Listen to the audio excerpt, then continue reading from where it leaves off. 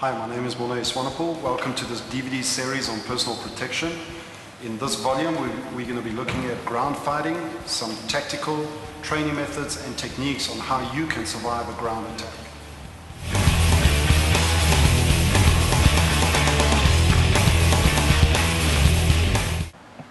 Okay, why would you want to learn ground fighting, especially for the street?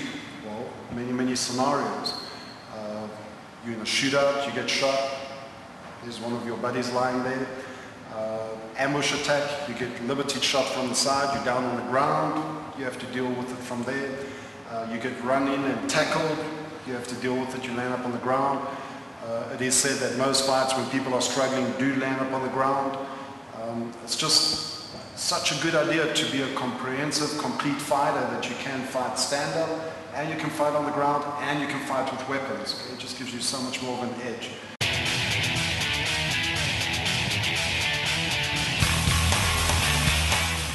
So this first section on ground fighting, we're going to be looking at partner rescue drills. Now this could be for when you have to run into an office block and rescue somebody out of an office block that's busy burning down. This could be at a nightclub where you're in a situation and your buddy was knocked out and there's 2 or 3 other guys around, a problematic situation, and you have to drag him out of there as soon as possible with your other friends looking after those problems. Like I said, it could be a shootout, a violent situation, a carjacking or ATM shootout, cash and transit shootout, and you've got a family member that's shot and you want to try and remove them from the situation. So there's many reasons why we want to learn partner rescue drills, and it's unique to our kind of training and not just fighting on the ground. So the first one, we can look at different levels at partner rescue, and the first one is where you basically can just run in and you want to try and remove this person from this area as quick as possible. So this could be a nightclub situation where your drunk friend has caused problems and there's some other people around there. You want to try and get this guy out of there as quickly as possible without creating more of a situation. And you might have a friend with you that can try and calm the situation down while you're busy doing this technique. So especially if it's a much heavier person, it's kind of difficult just to drag somebody out there. Most people will grab both hands and just start dragging them out. The way we like to do this while you're busy running up to the person is, and right now I'm not even going to try and spend time. Let's say it was a shootout and I can run in and I can drag this person out. I'm not even going to try and spend time to see in what condition it is. The situation, the scenario requires that I have to remove this person as quickly as possible. Okay?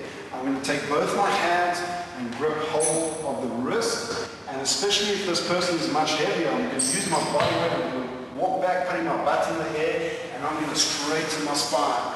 Walk back, straighten my spine. Walk back, straighten my spine. Okay? If you're much stronger, you can just grab the person and immediately just start running back.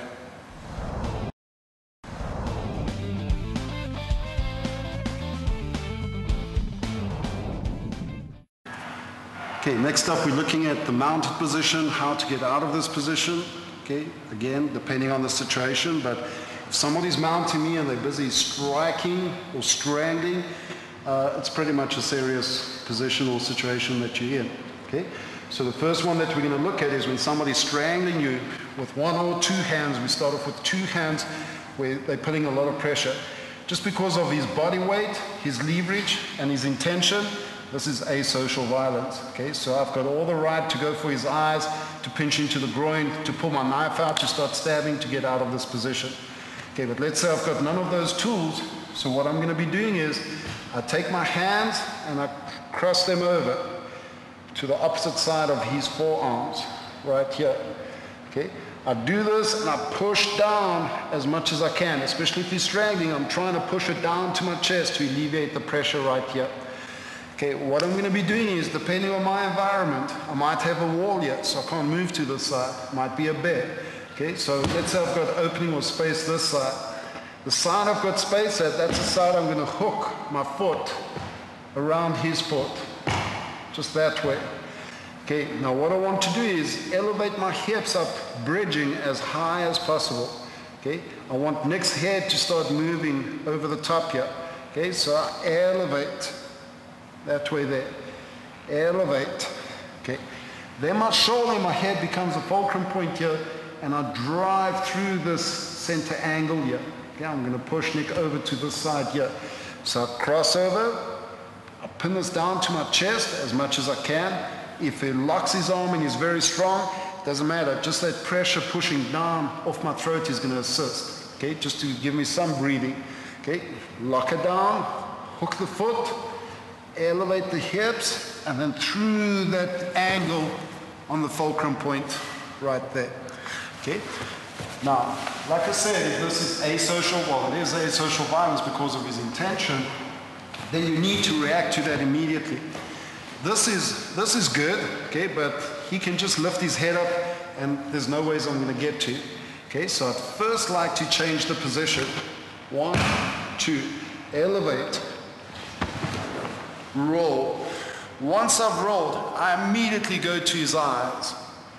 Okay, now as a training method, I put my palms on his cheekbones so I can put my weight on there. But in the street, I'm going to dig my thumbs into his eyes, and I'm going to use that weight to elevate my legs off, and I'm going to start getting out of that with a pressure into his eye sockets. Okay, once that's in there, I can